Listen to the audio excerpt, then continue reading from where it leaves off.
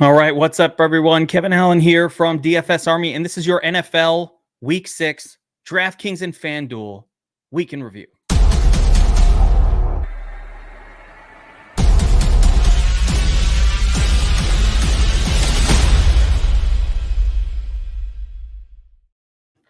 All right, what's up, everyone? Welcome back to another Week in Review where we take a look at the previous week's slate, get an idea of what won, what lost, what worked, what didn't, as preparation for the next week. It's really important to look back on process every single week in DFS.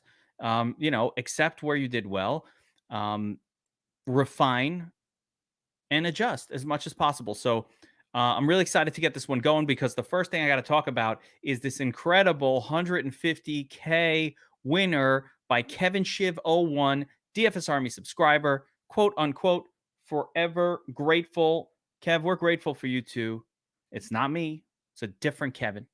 Wish it was me. Different Kevin. But I want to take a look at Kevin's Week 6 lineup as well and just go over a little bit of what he's got going on here. And then we'll go take a look at the Draftkings, the Millie Maker, all of that, see what won this week, what did well. We'll take a look at cash. We're going to do all of that. So let's start here with the 150K winner. What? Really nice. I'd almost say it's a good thing that it wasn't like 0.2 away from a million because, there's no heartache there. Listen, you're happy you got second and he was a point away from dropping to 50K. And I think more important than just going over this winning lineup is understanding like, man, this is one nasty top heavy contest because, the drop from first place to second to third, it's so dramatic. By the time you're in fifth place, it's only 3K. You're like, what the fuck? This dude got 150K. I just got 3K. I was pretty close. So very, very little margin for error in that $2.5 million Sunday million, very much because it's a $2.5 million in entries contest that gives $1 million of it, 40% to first place. Really tough. But what a great lineup here. And let's take a look at this one and dissect it because there's one oddball thing about this lineup that I find. So the first thing we noticed that Kevin did was he followed my advice this week, and all of you guys in DFS Army followed my advice, hopefully, and faded Kareem Hunt. Now, you might be saying, Kevin, this Kevin, not that geek. In hindsight, you're going to tell me you're going to take a victory lap about fading Kareem Hunt. Like, you didn't know he was going to get injured. I didn't know that. Well, the reality is it wasn't the injury. He wasn't doing well before the injury, first of all. Second of all, fading Kareem Hunt this week was never about if we thought Kareem Hunt was going to do well or not. It was simply the minute ownership ballooned to 40% levels on our projection model, that was it. There was no point in playing him in a tournament. And for everybody in DFS Army, I told you this. I told you that on my live stream on the Players Club and the live stream the night before. There was just no point in playing a guy at 40, 50% owned in tournaments, especially when he was priced the same as some other awesome spots. And a lot of those awesome spots, or a couple of them, are what we're seeing on screen here. Darrell Henderson, similar price. Jonathan Taylor on Fanduel and Draftkings, similar price. Joe Mixon was another one we talked about, and DeAndre Swift, all the same price. And then you had the cheapies, Darrell Williams and Khalil Herbert. So there was so much availability of salary and alternatives to Kareem Hunt that like playing him was a donkey move. So kudos to Kevin for doing that. And so you see here, he starts out this lineup with an unconventional QB, RB, wide receiver stack. So we don't normally include a Darrell Henderson in a stack with Stafford. In this case, it really worked out because I believe Darrell Henderson caught a touchdown pass. So he got a receiving touchdown that went to Stafford as well. And of course, the Cooper Kupp explosion. We love Cooper Kupp. Should have been even higher on him than he was my most owned, or my second most owned wide receiver this week. Second only to the dud that was Terry McLaurin, but we can get into that later. That was a rough one, right? But Stafford to Kupp and including Darrell Henderson in the lineup, that was partially the way. He didn't need Henderson. There were other running backs that also put up that amount that were even cheaper, but it worked out here. Cortland Sutton was somebody I liked all week as well. 19.4 fantasy points. He was on the sheet. CeeDee Lamb goes off late, and I'm sure Kevin had no idea. This was the late touchdown for Lamb probably pushed him over the edge. I can only imagine what that was feeling like. So that that was spectacular. I'm sure for him here, CeeDee Lamb, always a pretty good play. New England kept it close. What I like about this is every single one of these players is certainly on my sheet from this week, so I love to see that. And of course, Kevin put it together better than anybody else, and that's how you can take that. I believe the Vikings, for example, were the one of the preferred defenses that Burns gave out in the Millie Maker article. So all the pieces were there for this lineup to come together, and Kevin put it together. And wow, $150,000 life-changing win for a DFS Army subscriber. I love it. Kevin is now on the wall of fame. He's getting DFS Army swag. He's fucking swagged out, pimped out, looking good. This could be you. Just put it together right, Ben Sutton. Put it together the right way, and this can be you. Sorry. Because you're in the comments. So as far as this lineup goes, I mean, yeah, what's interesting about it, there's no bring back with the Giants. And I guess it's a reminder, you don't always need a bring back on your stack. It's a simple stack, quarterback, 2 players from the same team. And it's understandable there was no bring back because the idea in that game was a complete and utter domination by the Rams, which they did execute. They pulled it off. So let's take a look at a couple of other things this week. Let's take a look at cash games. Now, this was a week where on DraftKings, the scoring was low. It was lower than usual. We're down to 10 games a week, which in itself reduces the number of juicy games on the slate. And it also causes chalk to congeal around the very few high interest games on a particular slate. So this week, the high interest games, there were 2 of them, and they both were spectacular fails. And that's just DFS, baby. There is some merit to always just fading those games. So the 2 games this week was, of course, Chiefs, Washington, and everything on paper said offensive explosion. The Chiefs and Washington were last and second to last consecutively in fantasy points allowed to opposing quarterbacks this season. That essentially meant it should be a smash game for both quarterbacks. As it turned out, Chiefs just handled Washington really well. Heineke didn't look very good. Terry McLaurin dropped a couple passes, but all in all, just was not the scary Terry that he sometimes can be. And there was a dud there. So, shit happens. That's how it goes. The other game that was kind of Dudley was the Chargers-Baltimore game. Now, Baltimore scored a lot. Chargers only scored 6 after last week putting up 40 points at quarterback. It's crazy. It's crazy how volatile NFL is, but you have to embrace the volatility if you want to win tournaments. So when it comes to the volatility, like you said, who would have thought that Herbert and Lamar Jackson would come out of this game neither breaking 15 fantasy points? What? How's that even possible? But yet, here we are. This is what happened.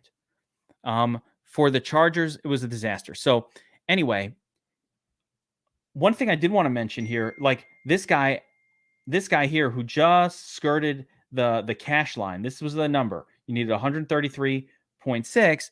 Didn't even use Kareem Hunt, and that's probably what saved him.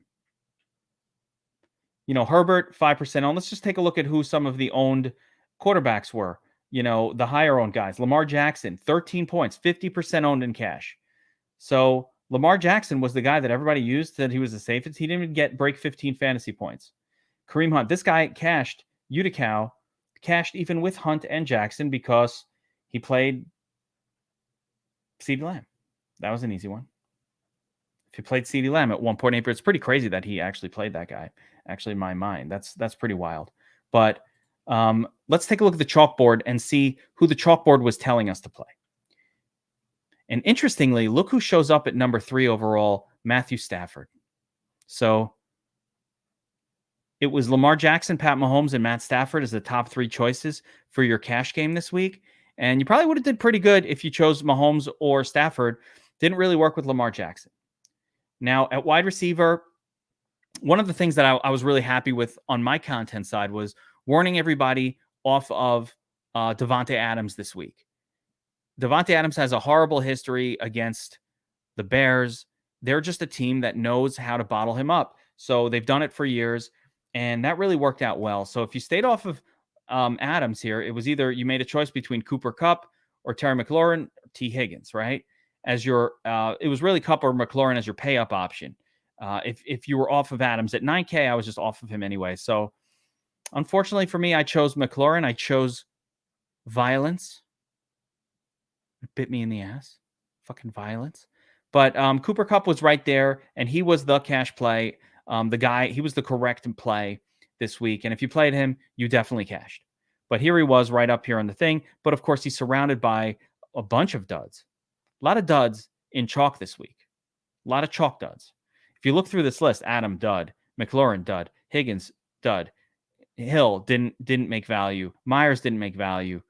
Woods, what did he score? I don't even know if he made value. Pittman was a disaster. Sterling actually did fine. Cooper, no good. Moore, terrible. Chase, not worth the salary. Brown, disaster.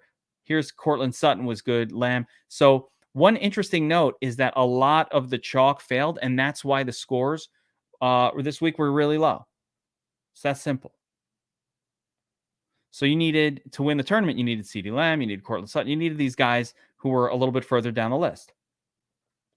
And running back, also Kareem Hunt, one of the biggest chalk plays, 42% that we've seen all season.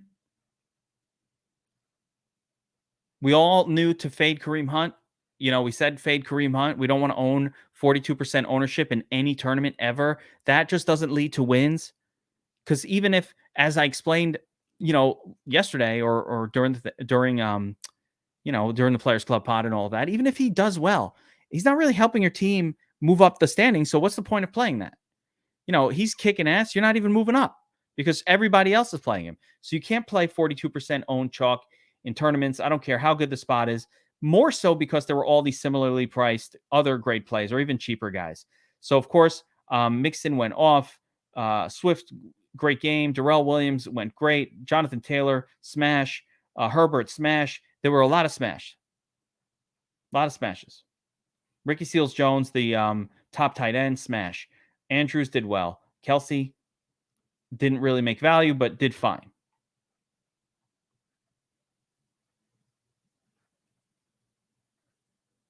Colts defense was really good. So the chalkboard was all over really, really great plays. So unfortunately at wide receiver, and I kind of knew this going into the week, wide receiver was going to be super sketchy. And it did. I said it multiple times this week that wide receiver was going to be where it was made or broken. And it really was. I didn't kind of, wide receiver, I guess, quarterback. So if you diversified, you really could have done well. Wide receiver was tricky this week. Running back, not so hard. Easy fade. And then you just played a bunch of these guys. Almost all of them did pretty decent. A lot of good running backs. So let's take a look at the Millie Maker winner. And really interesting, guys. For DraftKings, was this the Millie Maker? Yeah, here we go. The $1 million winner, one-off lineup, guys. Now, this is a weird fucking lineup, so bear with me. What won the Millie Maker this week? Are you ready for this? Baker Mayfield, Donovan Peoples-Jones stack. And Mayfield only put up 15 points. Didn't matter. Because the rest of the lineup was so fucking good. So fucking good. That it didn't matter. Now, it's a weird lineup, but really good. So, Adam fucking Thielen, 32 points. He does that once in a while. I did not like Thielen this week. And there he is, 32 points. Low-owned wide receivers. Noah Fant, 24 fantasy points. Very low-owned. 2.7%. Donovan Peoples-Jones, 0.9%. No one owned him. CeeDee Lamb, only 5% owned. Then a couple of running backs that we loved. And he goes and didn't even need this. Like I said, you could have won. Travis Kelce, 7K, 17 points. That wasn't even accretive to this lineup, but it didn't matter. Because he had, and Baker Mayfield. So this was a very beatable lineup. You know what? I have a fun idea. I'm going to bring up what the actual nuts lineup was here in a second. But, yeah. 10-10. No, I don't have it yet. Darn. I don't have this week's nuts lineup. But overall, there's nothing else going on in the stack. Arizona, Cleveland. There's no pieces from Arizona in it. It's just a weird one-off that won. Note that the entire top group of winners, none of them are 150 entry guys. The top 150 entry guy, Ricky D, he was the best of them. Didn't even have a great lineup. So this was an interesting week where none of the mass multi-entry guys won this tournament. And I think it's because a lot of the game stacks didn't really work. That's my best guess. Let's take a look at what happened with 150 entry people. We always like to check this every week. Let's see how the 150 entry guys did, and we'll analyze a couple of them. But again, I want you all to recognize this. I always want to show this every single week. If you're mass multi-entering, to remember that most people who mass multi-enter lose. This is 100 people who mass multi-entered, 150 lineups, and this week was a down week for MME guys. We have no tournament winner in the Millie Maker. And out of 100, we got 1, 2, 3, 4, 5, 6, 7, 8. Only 8 people out of the first 100, 150 entry guys in the Millie Maker. Only 8 of them did not lose money. Okay? So when you want to bitch about 150 entry people winning all the monies, only 8 of them didn't lose money. Here's 1, 2, 3, 4, 5, 6, 7, 8. Again, another 8 out of the second 150. So you're talking about 92% of people that mass multi entered this contest lost money. Keep it in mind. I tell you every single time. Let's see what Ricky D did, as he had a pretty good day. So I want to take a look at his exposures and see what he did. Oh my God. Ricky D, man, good player, but man, he played a little bit of a donkey move here. Went way over the field on Kareem Hunt for 80%. Still somehow made money, which is crazy. Also went massively over the field on DJ Moore. But here's where the money was made. Adam Thielen, Kirk Cousins. So look what Ricky D does. Look what this guy did. He fucking loads up on one quarterback, Kirk Cousins, and just goes all in on that. And that's why he wound up with so much Adam Thielen.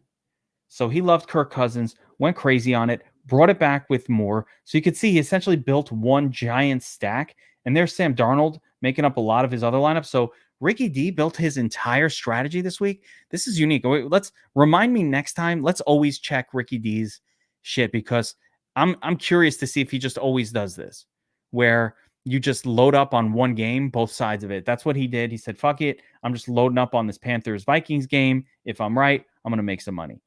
And it was pretty right, because Thielen was the nuts. Cousins was a perfectly excellent play at quarterback this week as well. He did fine. Conklin, let's see what he scored. I don't even know. Let's check his. Should show the scores. I think Conklin was fine. Yeah, Cousins, 31 points. Great. So it was good. Taylor, Henderson, Mixon. What a great lineup. Not seeing the Conklin, but the Conklin score, but like, what a great lineup. His best lineup here, the 5K winner, Kirk Cousins to Adam Thielen, totally worked. Trying to find the comeback from the no comeback, no bring back. How do you like that? So this lineup doesn't even have a player from Carolina on it. So he did not force a bring back from Carolina.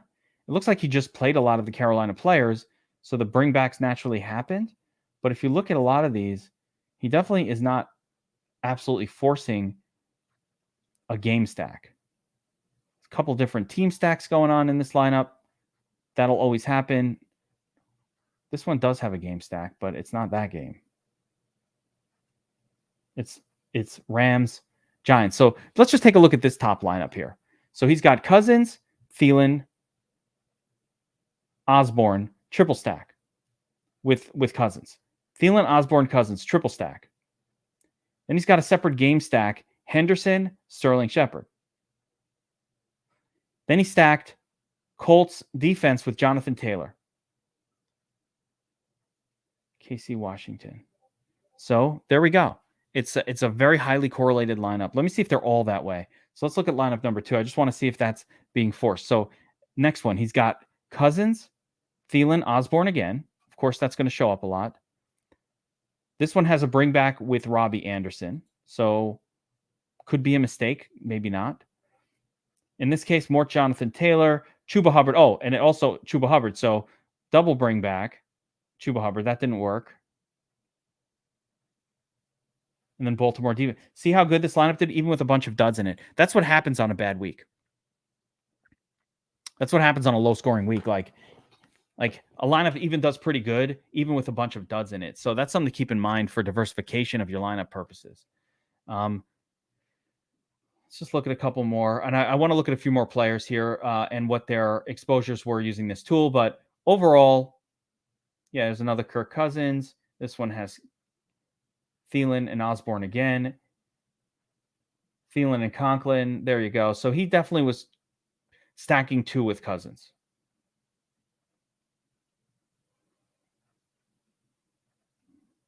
I think the bring back from the Panthers was pretty optional. Let's take a look at a Teddy Bridgewater lineup. So here's Bridgewater, Sutton, Melvin Gordon. So definitely appears to be a triple stacker. Ricky D.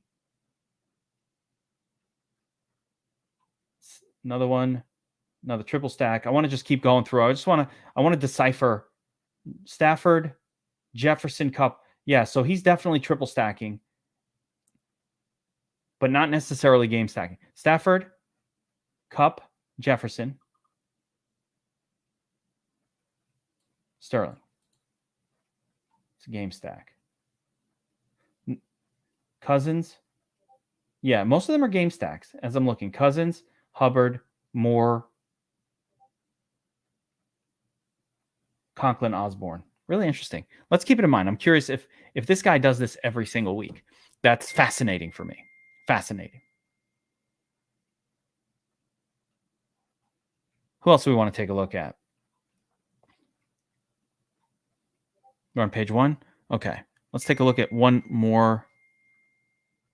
Let's take a look at one more. Oh, here's our own father of 3. DFS Army. GOAT. Father of 3. What's up, my brother? I don't even know if he's watching. He could be watching right now. Father of 3, you out there, my man? So let's see what Father of 3 did. Broke even, which is not bad, actually, at all for this kind of approach. Best lineup, 1203. Not that great, but let's take a look at Father of 3's exposures. And man, he should have listened to me again. Went way over on Kareem Hunt. Not good. Had lots of Cooper Kupp, lots of Terry McLaurin, Bobby Trees. Let's take a look at so that these are the leverage spots over the field. DeAndre Swift, Darrell Williams. Went way higher on Matthew Stafford than somebody else. Let's take a look at his lineups. Best lineup is a Stafford, Kupp, Woods stack. I think Henderson probably just found his way into this lineup. And the bring back was Kadarius Toney, who got hurt, unfortunately. I think Toney was going to be off for a massive game.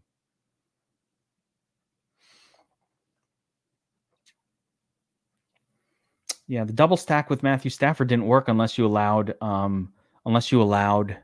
This is why these didn't win. You needed to kind of allow the running back to be part of that, or it wasn't going to work. So unfortunately, it was not a double stacks week. You know what? No matter how many times you show it over and over, nothing's going to change. Bridgewater, this is also double stack. We got Patrick, man. If this one had, and the comeback again, the bring back, not good. So another lineup here where you've got Bridgewater. This needed to be Cortland Sutton and Noah Fant, but instead he got Tim Patrick and Fant. It just didn't do it. Cooper Kupp was great. Darrell Henderson was great, but Hubbard not so good. And, it just that's what kind of blew it. I think this looked like a forced Hubbard Carolina defense stack. I see a lot of Hubbard Carolina defense here. So that could have been a secondary stack that was being forced. Matthew Stafford, Kupp, Woods, Mixon, Kareem Hunt, CeeDee Lamb. Almost got there. But again, Robert Woods not so great, and just way too much of Kareem Hunt turd. Imagine Imagine, and my suggestion for Father 3 was when you saw Kareem Hunt 45% owned and so many other options, the move was to fade, not to go over the market on him. There are times when I go over the market. I'd rather have gone over the market on like a Khalil Herbert, the $4,200 guy, the $4,500 guy that the market just wasn't high enough on. I'd rather do that one than go the other way. But there you have it. A really weird week in the Millie Maker where, all one-offs and sort of guys who just handcraft took down almost all of the top prizes. It's a reminder for those of you guys who aren't MMEing that you can win these with a handcrafted lineup. Just be unique about it.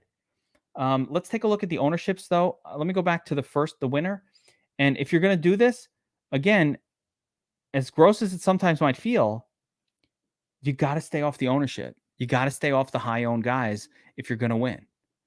You have to take chances. If a guy 5%, this is the sweet spot. You want these low-owned players. I don't know about Donovan Peoples-Jones. That was a bit of a I'll never be on that situation. But I guess if you were playing Baker, it would have put you on it. But overall, you got to be on the low-owned. Total ownership. If we take a look at the first bunch, 116, 128. All right, that's pretty high. 95, 114, 54. See what I'm looking at? Total ownership. This guy really goes contrarian. I mean, this was just, Kenyon Drake. It's ridiculous. I don't want to criticize anybody who made money, but like you played Kenyon Drake. Wow. And it worked. Amazing. Maybe he swapped in Drake late. I don't fucking know, but that's amazing. 79. And then you get to, 79%, 92. So 114, 110, 93, 145. There you go. Your first sort of chalk lineup was KDS Dad. And, he got away from the chalk with number one, having Donovan Peoples-Jones in there. And number two, again, the unusual combo of Stafford, Henderson, and Cooper Kupp. All right, guys, I'm going to wrap it up here. I will be back shortly, 5 o'clock my time, for 15 minutes for tonight's Showdown Breakdown. Where my turds at special. We've got a big game, Bills, Tennessee Titans tonight. So come back for that. Of course, we're always here to learn. Again, congrats to Kevin Shiv for the incredible 150K FanDuel takedown, motherfuckers. That's awesome. I'm so happy for just this and for Kevin here.